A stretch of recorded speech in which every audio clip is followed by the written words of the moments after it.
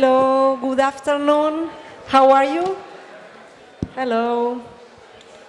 We have a tough session, a little bit after lunch, coffee. We might be tired, so bear with us.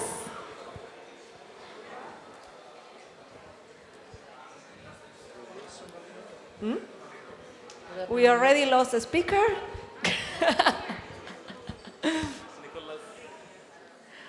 Okay, let's get this party started. So, welcome everybody. My name is Gabriela Manuli, Gabi Manuli. I'm the Deputy Director of the Global Investigative Journalism Network, and we are here today with wonderful speakers to talk about why investigative journalism matters.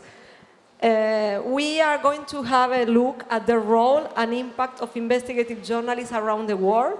We have great journalists from India, Greece, Turkey, and the United States. They will each of them speak about how investigative reporters play a key role in fostering accountability and transparency, how they unearth history secrets and act as a deterrent against abuses of power. Before we start, let me say a few words about the Global Investigative Journalism Network. As I said, I'm the Deputy Director. I'm originally from Argentina, but I live in Budapest, Hungary. And as I said in the session before that some of you were here, I feel a little bit at home here. I think Greece and Argentina, we share a lot of things. Economical crisis, history, but traffic, but also I'm really, really happy to be here. And thanks a lot to the organizers of this conference for inviting us. It's an honor to be here and to be able to debate and share experiences with journalists from Greece and from all over the world. So the Global Investigative Journalism Network, for those of you who are not familiar with it, is the largest global network of non-profit investigative journalism organizations. We currently have 235 members groups in 89 countries. But in fact, we work with journalists everywhere, in non-profits, commercial organizations, and freelancers. We have a lot of resources out there to help you. So feel free to reach to us during the conference or write us an email or contact us via our help desk. We have a big staff based in 24 countries, and we work in dozens of languages, so we are there to help you. And we just announced a few days ago that next year we will have our big Global Investigative Journalism Conference in Gothenburg in Sweden. So I hope a lot of you will be there. We will have fellowships. We will have a lot of things to announce in the upcoming weeks and months. So we are going to start with the round of why investigative journalism matters. We have 4 speakers you can see here. We will do short presentations, and then we will leave plenty of time for your questions. And let's get started with Dave. David Kaplan is the Executive Director of GIJN. I already said about GIJN, so he has worked as an investigative journalist for more than 35 years, reported from 24 countries, and won or shared more than 25 awards. He has managed investigative teams and numerous cross-border projects, and in the 80s and early 90s, helped develop the non-profit model for investigative journalism. So Dave, your turn. Thank you, Gabby. A warm good afternoon to you all. Special thanks to IMED for bringing us together. We're really excited to be here in Athens. We have an extraordinary panel from literally around the world to talk about what's happening in investigative journalism. I thought I might start with some definitions. What is investigative journalism? You hear this term a lot. It's become quite popular in recent years. Modern investigative reporting has been with us over 100 years. It goes back in many countries even farther than that. It's about the accountability of power. It's about taking the tools of inquiry and looking at abuses of power, at looking at relationships in society, at the most powerful individuals and institutions, and asking tough questions. Are they acting in an accountable way? Look at the root of account. Okay, it's like an accountant. It's like a person who keeps books. but these are the books of power.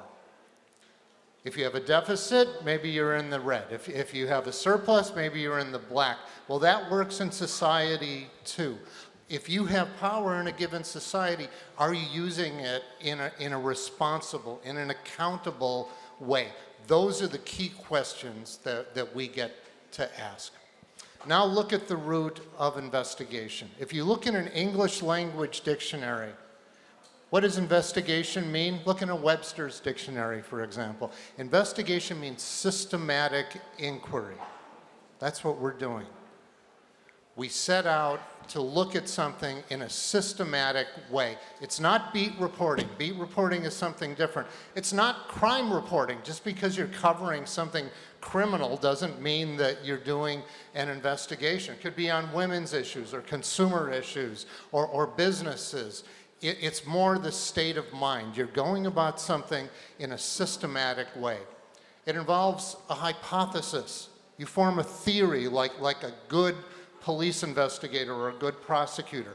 Something is happening here. What evidence do I need to go about to prove it?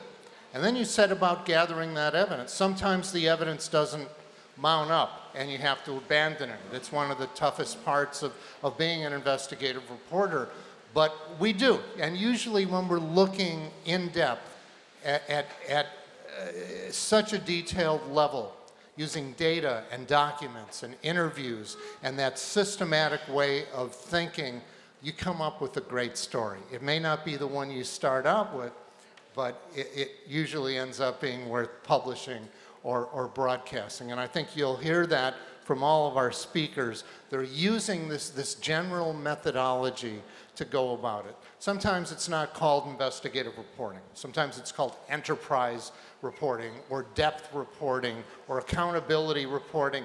It's basically the same thing.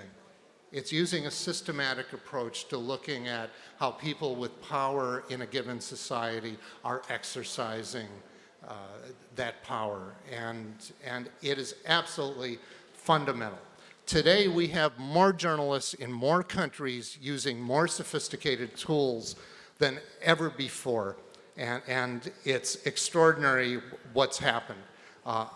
I'm excited to see our partners here in Greece, to see IMED and Reporters United really pushing the boundaries of what can be done. You folks are not alone. This is happening globally. There is a worldwide movement of journalists with the most sophisticated tools we've ever had. Data analysis, satellite imagery, sensors, and then good old-fashioned legwork, you know, detective work of being on the streets and asking people the right questions. It's extraordinary what's going on. That's the good news. How am I doing on time? The bad news is we're under attack almost everywhere. And it's almost an inverse of all the good progress that we've made in the last 30 years. More countries are shutting down independent media. I mean, it's serious out there, folks. We are the global hub for the world's watchdog journalists, and the light's blinking red. If we have to take actions now to preserve all the progress we've made in the modern age, the Enlightenment is under attack. We're heading into the dark ages if we don't take action. So part of what GIJN does is help to protect those journalists, to train the next generation of great reporters, and to get the tools and techniques so that they can ask these very tough questions and then document it in a systematic way. That's what we do. As Gabby said, we now have 235 member organizations in 89 countries, including Reporters United, and we're growing every year. And I think the best is yet to come. The autocrats and tycoons do not like this kind of reporting because it asks these tough questions of accountability. But they can't put this genie back in the bottle. We're not going back to the way it was. And even though we're having more lawsuits and there's more journalists in prison, there are more autocrats trying to pass national security laws and to stifle freedom of expression. There is so much activity going on. You'll hear from Vinod Jose in India about the extraordinary work that Caravan, his magazine, has done. You'll hear from our colleague Pinar how she's keeping the flame alive in Turkey under difficult conditions. And we can tell you about the rest of the world too, but let me stop there. It's actually really exciting. Despite all the hassles, all the trouble that we have to contend with, it's really exciting what's going on. We're doing more with better tools than ever before, and the best is yet to come. Thanks.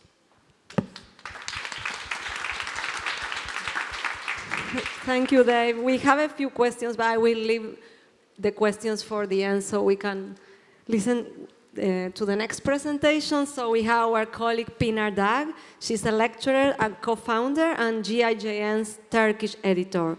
She works as a lecturer in the new media department of Kadir Has University, and she's the co-founder of Data Literacy Association, data journalism platform Turkey, DAC Media. She has been working in the fields of data literacy, open data, data visualization, and data journalism, and she's been a speaker of some of our global conferences. So, Pinar, the floor is yours. Okay, hi, thank you. Hello, everyone. I'm quite excited because after Dave's speech, and I don't know where to start, but then maybe it will be nice to start with, I've been attend yesterday's first panel, and I was little, I don't know, I found it very interesting because we have some common parts about trust. So the name of the session is the trust. So I think it's a very controversial topic when we started trust. And we in Turkey, and we have also kind of issue about trust. And not only journalists, but it's a conservative country. So, I mean, you need the time to understand what is right, what is wrong. So that's why maybe it's important to discuss this again. What is trust for countries? Why investigative journalism matters for Turkey? I mean, I've been teaching data journalism, not investigative journalism specifically, but I've been learning by Global Investigative Journalism Network. But I think we have lots of common items when we check globally. For instance, for Turkey, I check with Greece. We have like problem with media ownership. So lots of companies already in power. And secondly, we have lots of financial issues. And that's also we have in Turkey. This is really stopping alternative media in Turkey. And of course, Turkey's justice system. So I checked, is it also matter? But for Turkey, really, it's not easy for a journalist just go and make a deep investigation about corruption. Of course, they do climate change issues or journalist issues, but it's not easy working in something very specifically. So that's why this is really very problem for Turkey to do deep investigation. There are few investigative journalists.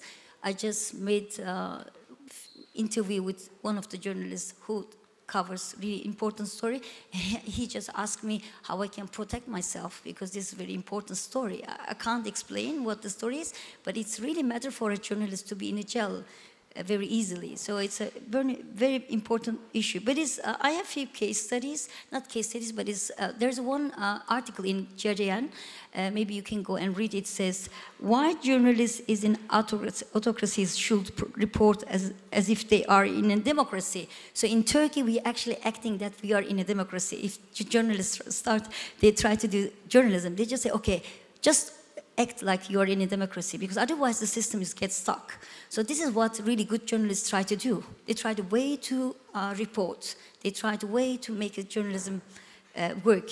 But other good things about Turkey, okay, we have lots of problems at home, as I said, but we have lots of institutions and organizations. They are not covering stories, but they are teaching, upskilling young journalists. And this is really kind of hope for Turkey. And I could I could name maybe 5, 6 organizations. They keep teaching journalists like how you can get information, how you can get data, how you can scrape data, etc. So GIJN Turkish also one of the organizations like this platform. So it gives us really kind of hope and practices and also some sort of gap that you can still make journalism work. Like Dave did one speech in this morning, and he says, now they are not killing the journalists, they are killing the journalism itself. So this is what is happening in Turkey. Really, they're stopping you to do journalism. But this organization, like NGOs, some platforms, they're really helping young journalists work for the future, and they try to upskilling them strongly. And what I can add more, I think Twitter is, okay, it's a tool, I know, but it's really one of the important platforms for Turkey, for journalists, for people, for nations. So we go and tweet there, and we just try to really, I don't know, just get the information from there. So Twitter platforms is really very important tools for us right now. And it's, well, still government try to, of course, make a problem, but it's because if you're going to tweet, and you probably end in the jail. But still I hope, because we have an election next year, let's see what will happen. But it's in Turkey still, even all these problems and difficulties, we have open data platforms, almost like 5 municipalities providing really essential, not really essential, but it's part of data for journalistic purpose, for any purpose. And we have lots of really openly available data. So we all need to do, I believe, in Turkey, we need to do how to use this data for journalistic purpose and try to help the new generation and young generation. My aim is just focused on that. So am I using good my timing? Yes, okay, thank you for listening. As you can see, I told everybody to keep on time, and now they are looking at me terrified. So don't worry, we are doing okay on time. So our next speaker is Vino Dios, or Jose in Spanish. He's the executive editor of The Caravan in India. It's India's premier long-form magazine of narrative and investigative journalism. His newsroom report, which exposed numerous corruption scandals in India, many of them involving the current prime minister. The reports led to widespread public debates within the country. He won a lot of awards. He has many cases filed against him, and including 10 sedition cases. And he has a PhD in sociology. So, floor is yours. Thank you. If I think, as you know, the India story has been one of the major conversations for those people who are following democracy debates all over the world. India, as you know, likes to call itself world's largest democracy. Of course, values and ideas went from this city all over the world, and we are very grateful for that. But the backsliding of that democracy has been the sort of big news domestically and also outside India. And journalism, what happens to journalism and what happens to investigative journalism when the system collapses or system has started to show signs of intolerance towards journalism, intolerance towards human rights, intolerance towards free thinking, academic debates, to any kind of values which democracy basically promises to its people. By the sheer job of being editor, running a news operation for a large media house in the country, and end up talking to all my reporters and editors, I face this question on a daily basis. Because a lot of it is giving that opportunity to watch the show from on the front row, how the system is taking the stress. Many of my reporters have been targeted. In last year, 4 of my journalists were attacked while on the ground reporting, including a woman journalist who was sexually molested. when they were covering targeted killings of people in the city of Delhi itself. This is just within a few miles from the power center.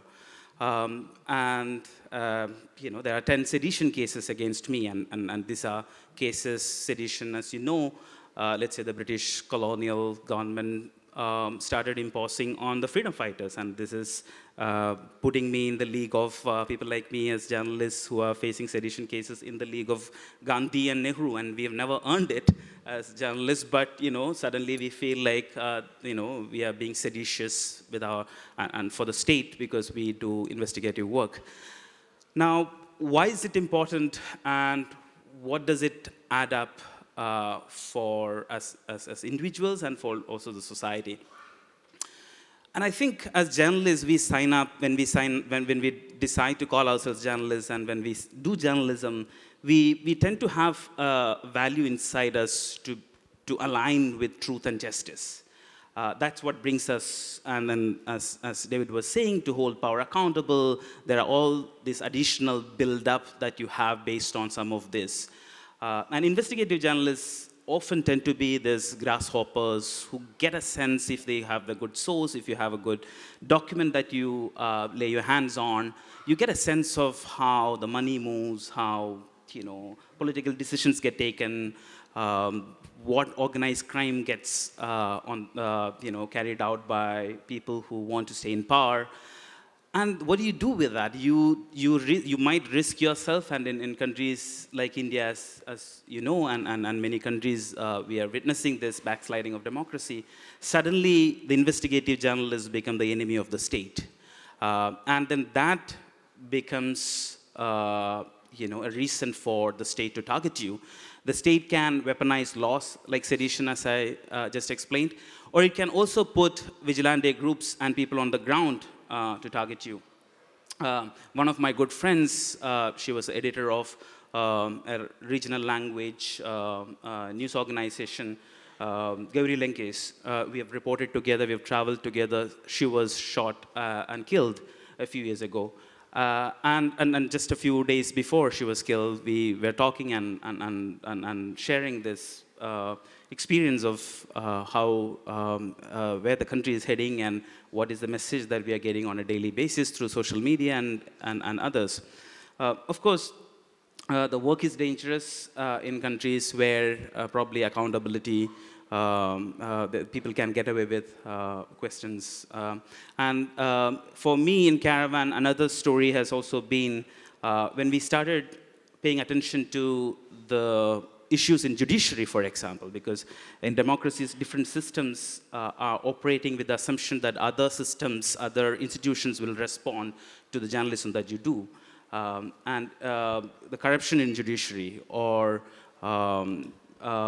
the targeting of judges, for example.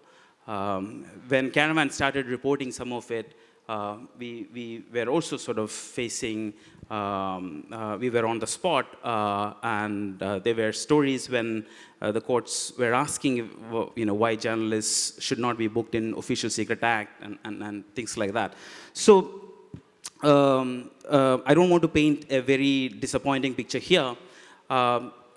There is also, I think, a lesson that we can learn from history, because history has seen multiple reverse waves, reverse democratic waves.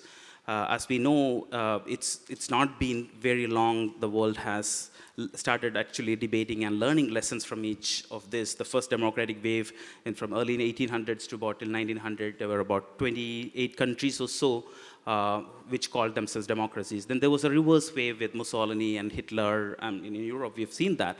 The number of democratic countries came down to just 12 by 1942. Then again, the world get back to the conversation post that, a lot of countries freeing themselves, liberating, and then it went up to 36 countries. It went again back with a second reverse wave by 1970s to 30. Then it has gone up again to 60 plus. Now what I think what political scientists are saying, we are going through that phase in history where a third reverse wave against democracy is happening. So naturally, there is going to be stress on investigative journalism and other institutions.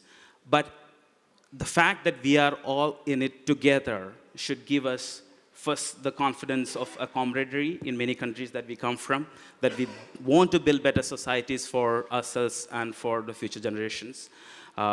Second, there are partnerships and alliances that needs to happen, as it had happened in multiple other periods in history.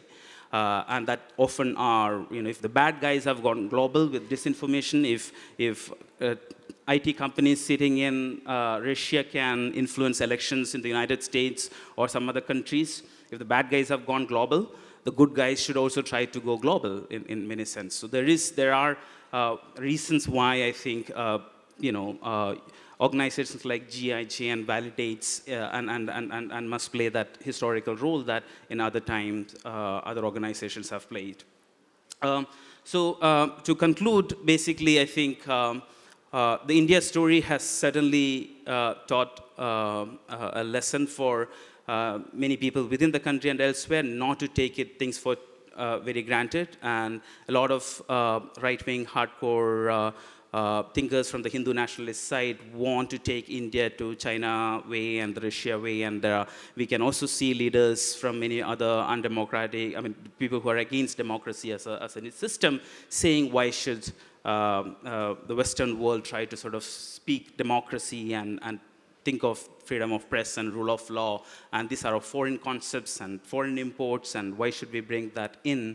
And I think this is a philosophical war too, that we are seeing. And investigative journalists play a very crucial role in staying as record keepers first, in challenging the system by way of putting facts and figures out, which even in a number of cases that could come from defamation to sedition, whatnot, facts remain facts if that has gone through the process. And that's why it's a systematic inquiry as the definition that David was explaining. It goes through a process. So I'm also happy to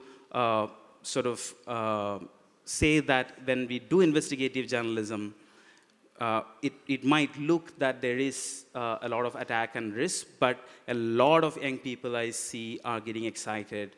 And I think we should draw inspiration from each other in the space of democracy, because investigative journalism cannot be taken away from the conversation of democracy and cannot be seen separate from that. It is part of it.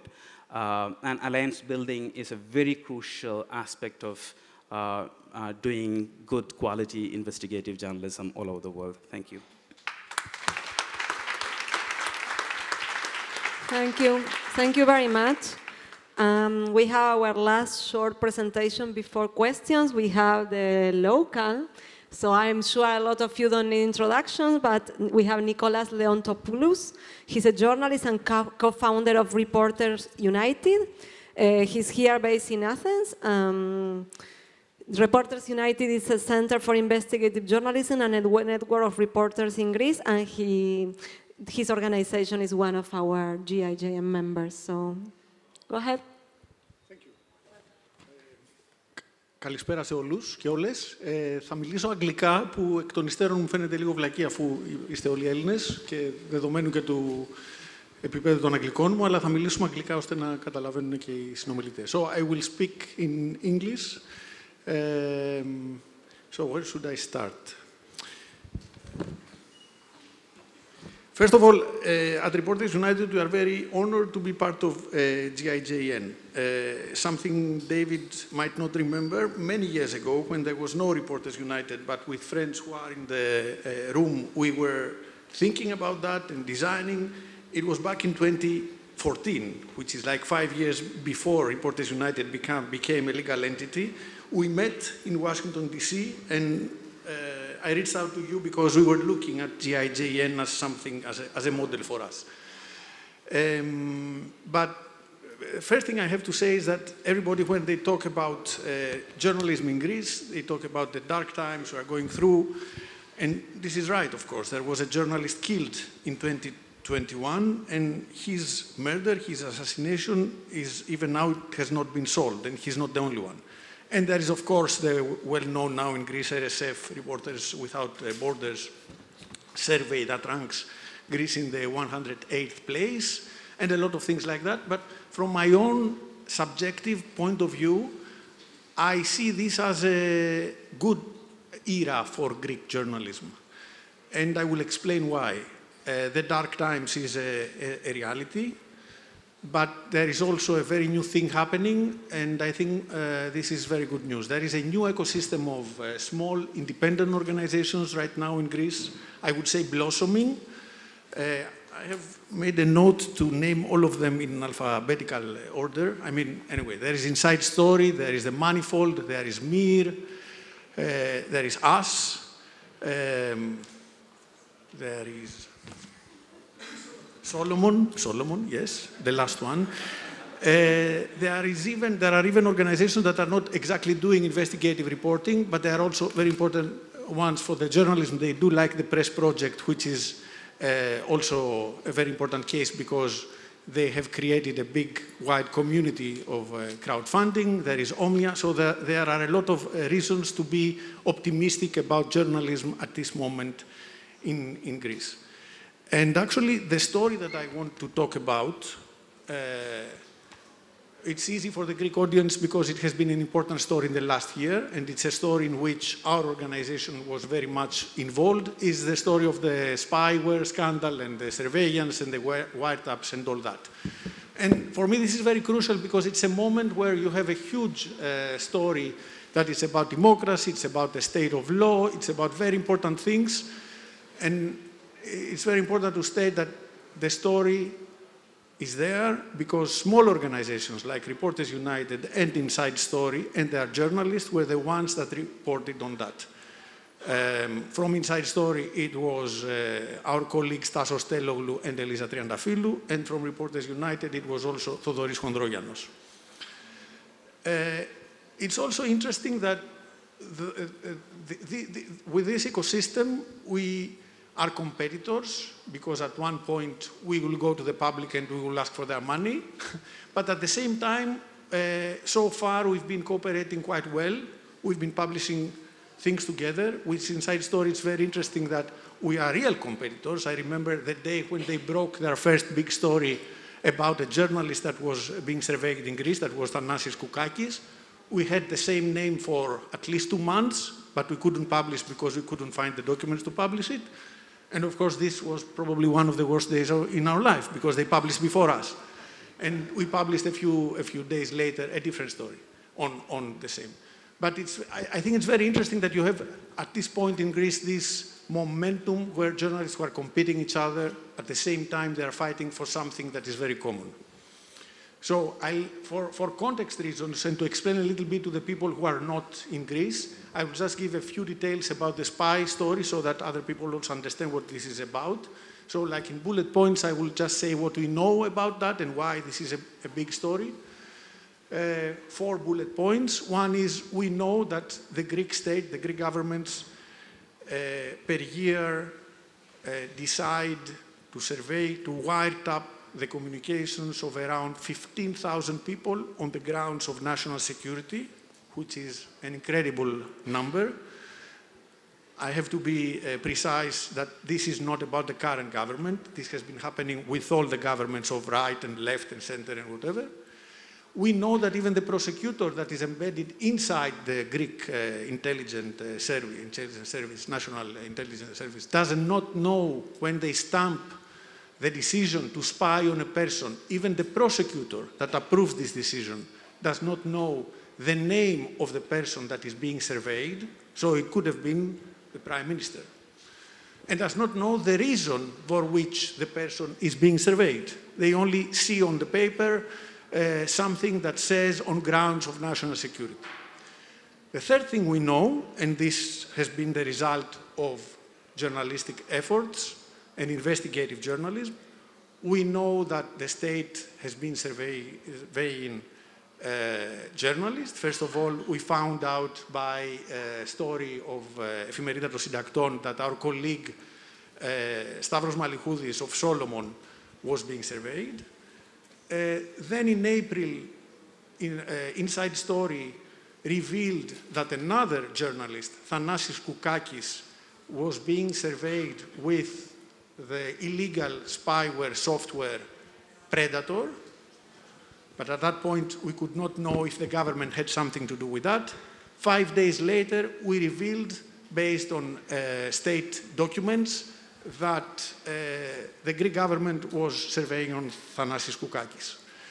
And then, a few months later, it was revealed that the leader of the third biggest political party in Greece was also surveyed by the state, and there was also an attempt by the Predator software to spy on him. So this is what we know. Actually, there is a last thing, which is very contentious. We also know that there are direct and indirect links between a major government official who happens to be the nephew of the prime minister, and we could say, in the American way of talking about things, chief of staff, the general secretary of the prime minister, that we were able to reveal direct and indirect links between himself and a web of companies and people who are in the surveillance business and who have to do with bringing Predator in the Greek market. So we know a lot of things. Why all this that I'm narrating, that most of the people in the room know, is relevant to the question why investigative journalism matters. It is very relevant because it tells a story about journalism in Greece. And although most people, when they think about investigative journalism, they think about big scoops, and they watch the movies, and they think about difficult meetings with whistleblowers, and with stuff that is secret. For us, the story started with something that was not a secret. And actually, this is also my advice many times to much younger colleagues than me, that a lot of times the story is out. It's not just open data. Sometimes it's so visible that everybody can see it, but nobody wants to publish about it.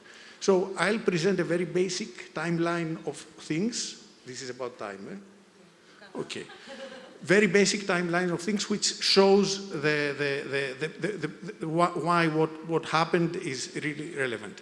In March 2021, the Greek government changed the law about surveillance in Greece. I will not go into details. A few days later, members of the board of the Greek Authority on the Privacy of Communications published a very important article alleging that the change of the law was unconstitutional, and it was even against the jurisprudence of the Court of Strasbourg. And actually, it made Greece look like Hungary, Russia, and Bulgaria, because these were the only countries in the Council, among the Council of Europe members, that had done such a thing. So this was out in the open. The law changed, and everybody could see it. The article was published, and everybody could read it. It took for us, we found out about the article 8 months later. When we found out about the article, when we were tipped off about the article, we reached out to people. We found out that journalists, well-known journalists, big publishers of big newspapers knew about the article, about the problem since March 2021. We reached out to legal scholars, to university professors. They all knew about the change. During those 8 months, there was nothing published in Greece, absolutely nothing. Then, in January 2022, we published our first article. Inside Story also started publishing articles. It took another 8 months, again, for the story to become mainstream. For 8 months, the story was completely ignored by, I wouldn't call them mainstream media, I would call them legacy media. And this, of course, is not about their journalists, because some of those newspapers have among the best journalists in the country. There is no doubt about that. So this is about control of the information. The silence was so deafening during those months that I will just give a couple of examples, and then I will close because I've already spoken too much. One is that nobody was publishing anything. The second is that you would have even papers that are media groups that are very, very important, that were attacking the members of ADAE, the Authority for the Privacy of Communications, and the president of ADAE, who is one of the best judges in Greece, a person well known for his integrity, saying that he is a facilitator of terrorists and Turkish spies and Russian spies and things like that.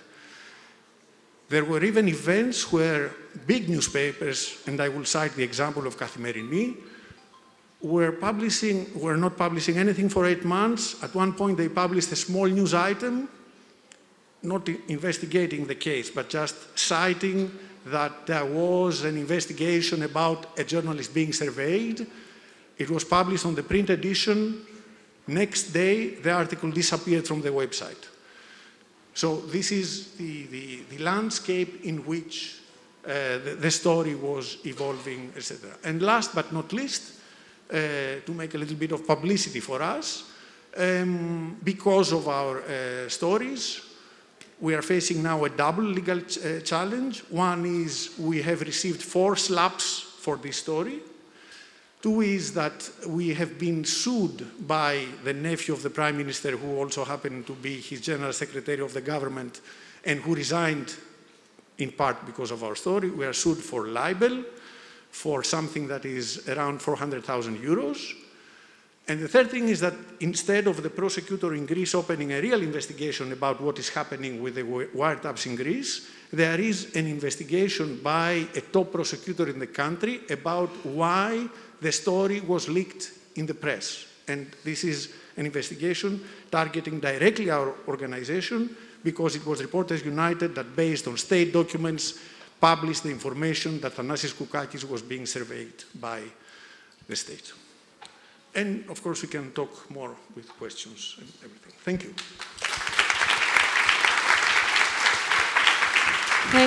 Thank you very much for all your presentations. I will ask a question that not all of you should feel obliged to answer, so whoever wants, we can have the first question, and then we will have around 15 minutes for your questions, and if not, of course, you can always find us on the hallways to continue this discussion. So we know we are in dark times. All of you gave examples of how difficult investigative journalism can be in certain parts of the world. But we are all here because we keep doing it. So I wonder if a few of you can share a few strategies on how to cope with these dark times and continue doing investigative journalism. I think Nicholas already mentioned a few things, like find the data that might be open and you don't know. So whoever wants to share a few strategies, then we will open for questions. I think the financial support of doing quality journalism is one way of making sure that the conversation has stakeholders in it. That's where, let's say, our organization started with a reliance on advertising initially, but then it changed because the government stopped the advertising directly or indirectly, and then we had to move and find our own ways of supporting the journalism that we were doing. So we opened the conversation, we started putting, of course, content behind paywall, and that really created a conversation of quality journalism needs to be supported. And people started, in fact, in India, I think yesterday, the survey was showing quite similar to Greece. A large number of people think that journalism should be free and they should not be paying for it. But we started the conversation, and to our surprise, there were a huge number of people which is good enough to support a majority of our operations through subscriptions. And there were days, and let's say the Twitter on a government request took out our handle for a day for a few hours. I mean, the internet sort of was targeting Twitter. Why was this blue-ticked news organization's account being taken away? So those 12 hours, we actually raised so much fund that we realized that whenever there is an attack on the organization, if you have that conversation well, there are lots of people out there who are willing to support. Now, that is, I think, one way of making sure that the energy comes back. Maybe it's like $20 that they're paying, $10 that they're paying, $5, doesn't matter, but that money energizes the team of journalists, plus it makes sure that we get independence. So that's one really good positive vibes that I see from the Caravan experiment. Thank you. Go ahead. Yeah, I have just like very simple. First things I would like to do, because I'm teaching a lot, so I would like to make more open source and teaching materials in Turkish about investigative journalism, because we don't have really, and I think GIJN generally would encourage that. And secondly, really, I receive lots of queries from all around the Turkey, sometimes globally, like they're asking tips and sheets and etc. So I want to make more clear, like what kind of things I could more help investigative journalists in Turkey, because sometimes I receive like very simple questions, but they can't find the tools, etc. So I was helping them with a different way of, methodologies. This will be really very useful, I believe. So this is my two strategy for the future of investigative journalism in Turkey, because I'm actually not the expert about investigative journalism, but investigative journalism is what I can really teach at university. So I think it's these two things I will plan to do. Thank you. You want to? You don't have to if you...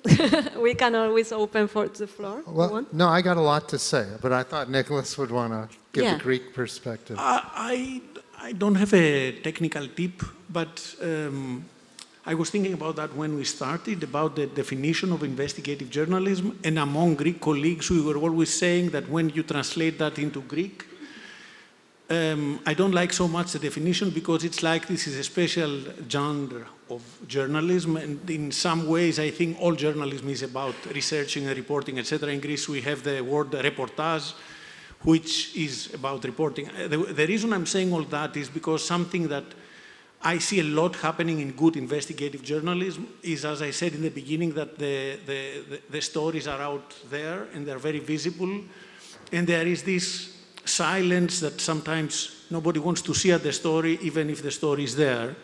There is this quote, it's always kind of silly to quote, to do quotes from famous people, but it's my favorite quote when it comes to journalism anyway.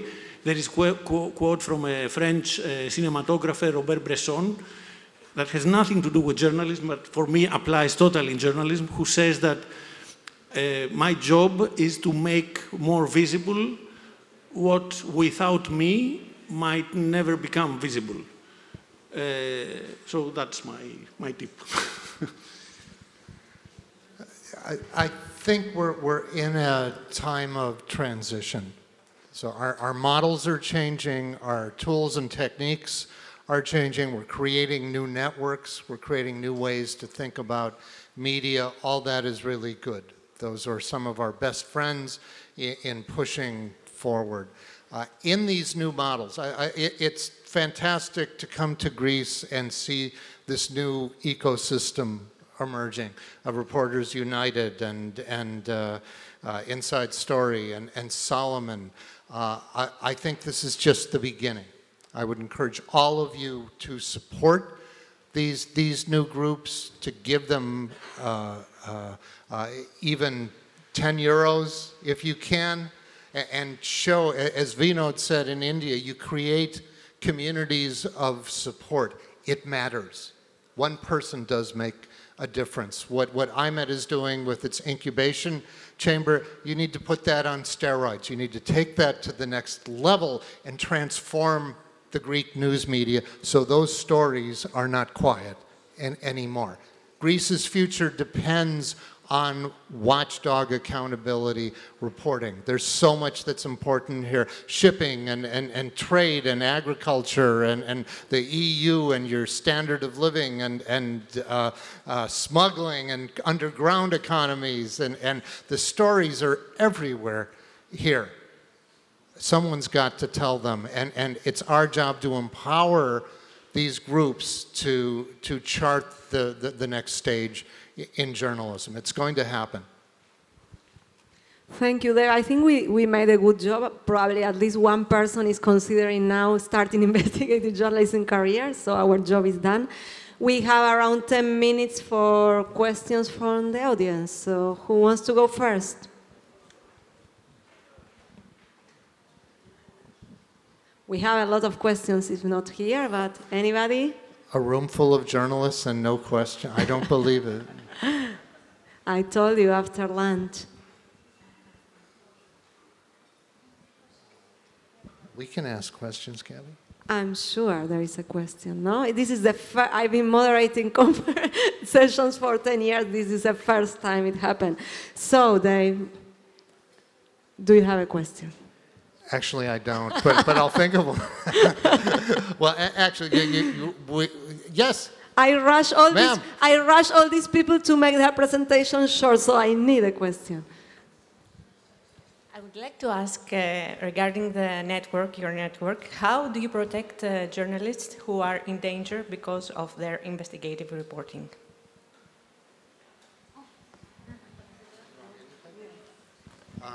It's a great question. If you had told me 10 years ago I would spend half of my time on issues of security and capacity building, I would have laughed. But those are the times we live in. Security is incredibly important now. You have to protect not only yourself, but your sources and how you, and your methodology.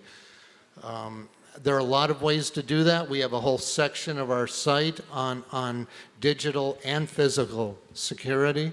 GIJN worked with the Ford Foundation to develop what we call the JSAT, the Journalist Security Assessment Tool. It's a self-test. It's free on our site, GIJN.org. Any organization can take it and get a report card about where you're weak digitally and physically on security issues. We're just one part of the answer. We have sister organizations that have much more resources, like the Committee to Protect Journalists, Reporters Sans Frontières, the Foundation for Freedom of the Press. There's lots of great resources online. Ultimately, though, it's up to the journalists to take it. And, you know, whenever we run security stories on our site, the readership's not good. It's like giving medicine to a kid. They don't like it. But we're going to keep running them because it's so important. Vino, do you want to say something? Because this has become huge in India now. Yeah, and you mentioned a few cases in your newsroom, so maybe you want to give examples of how you handle that. Yeah, I think one major innovation has been sort of the technical mapping of phone use, and the security has suddenly changed its nature in the last few years. It's not so much, while a part of it is the physical presence in a place and then getting attacked, but it's also that we see the vested interests have a keen eye on how to sort of buy silence from a reporter or an editor, and that often they think. They don't probably succeed it, but they think it's by way of invading their privacy, getting access to their phone, their private photos, their communication, the chat history, and then try to use that against them. So Pegasus, for example, a big spyware, a number of Indian journalists were targeted.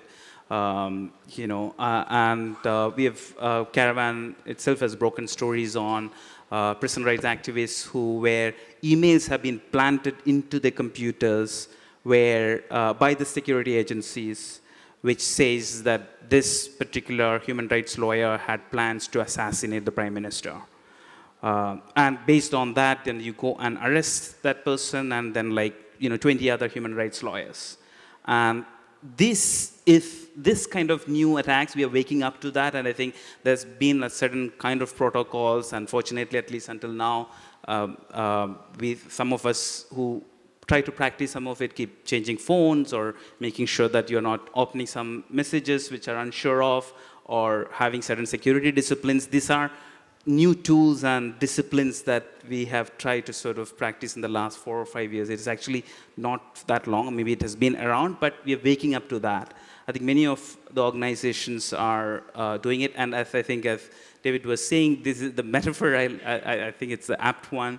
Often the investigative journalists think that the security is the last one for the kind of adrenaline-driven, oh, let me go and get that thing, and let me go and get this material. So often sometimes it's important for all of us to keep saying it, but we can't also force it all the time. So finally, it is the individual's choice in many cases. But I should also admit that, you know, the world that we are living in, we don't know which way the attack is going to happen. And they are very smart. They have huge resources. They're using publicly collected taxes in paying these companies. They're purchasing contractual targeted assassination gangs. So the security breach can be from anywhere. Thank you. Any more questions? We have one here. Yes, thank you very much. I would like to ask maybe basic question for someone interested in investigative journalism. Which are the main skills that a new investigative journalism reporter should have, in your opinion? Thank you very much. Okay. I want to start with that one before we go around, because I really think that one of the main skills is passion. I mean, I'm an investigative reporter myself, and I've been working with GIJN for 10 years, and I think at the end of the day, a lot of this is really carried out by total passion and persistence, but of course there are a lot of skills that people can add, but yeah, I think that's one of the main. Okay. Okay. On top of... Yeah. Go ahead, Pina. For journalism generally, I once had a mentor who said you need two things. You need to know how to ask questions, and you need to know how to write. If you can do those two things well, you'll get pretty far in journalism. But the next step in doing investigations is understanding how to think critically. And we've lost that. You know, I mean, Greece is the birthplace of this kind of thought. Your philosophers, your historians, you know, they taught the world how to think critically. We're losing that around the world. You look at the leaders who are being elected, at the crap that people are believing, and we're living in an age of disinformation. Who is going to cut through that level of disinformation and communicate what is really going on? This is why investigative journalism is so important. It takes time to get to the truth of things. You know, we're doing a course right now to train 100 journalists around the world in cyber forensics. Not just to find somebody online, but to track the roots of disinformation, to do a forensic inquiry online and to follow the trail. For that, you've got to act. Yeah, it's the scientific method. You've got to form a theory, and then you've got to find the evidence to support it, and the evidence needs to be provable by someone else. You know, this is logic. This is reality-based reporting, and that's where we need to go.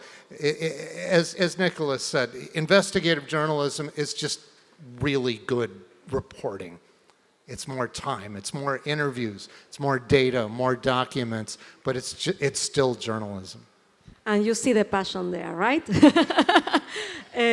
Nicholas, you want to take this one? Yes, a word on that. I totally agree, of course. For me, another skill that is key is curiosity. For me, this is the most important thing that there is. And another comment, I think there is this growing rift between the old-fashioned journalist and the new journalist, and there are all this talk that is, of course, very useful about the new skill sets. And inside Reporters United, because we're trying to create this network of journalism, and it's interesting because we work with a lot of journalists who are in their early 20s, and they want to invest a lot of time in the new skill sets, and it's about data, and about filing FOIAs, and about doing forensics. But still, I think there is an important value to old-fashioned journalism that has to do with asking questions, making telephone calls, things like that that are extremely important, even if your major skill set is doing data journalism. So the profession has not really changed. It's still about the curiosity, about asking questions, about writing stories, and so on. Just a little. For me, I mean, I agree everyone, but we need a freedom, we need a democracy in Turkey, for instance, to doing good data investigative journalism. But if we are talking about like little high-tech parts, think about like you have a 5 terabyte information and data or unstructured data, how you can ask questions. So you still need investigative techniques or methodology to ask the questions to your database. So it doesn't matter you have high-tech or digitalized information or data or unstructured data. You still need, like Dave mentioned and Gabby mentioned, everybody mentioned this, basic questions and you need to go simple, narrow it, and focus. So we need everything, actually. So thank you, good question. Bino, do you want to take this one? It will be the last one. Yeah, I think absolutely the foundational values haven't changed. The medium may have changed. It's the curiosity, it's this insatiable love to align oneself with truth and justice and to see a better world. I think once you have those things, the method, the medium, all that, if you just have the willingness to learn it, that will flow. I think that's just love for humanity, primarily. Curiosity, build on all that, and I think investigative journalism will fall in its place. Techniques and tools are there. Okay, so I think this is a good way to wrap up why investigative journalism matters. And I hope to see you all around at the conference, and thanks for coming. And thank you for the speakers to give us their time. Thank you.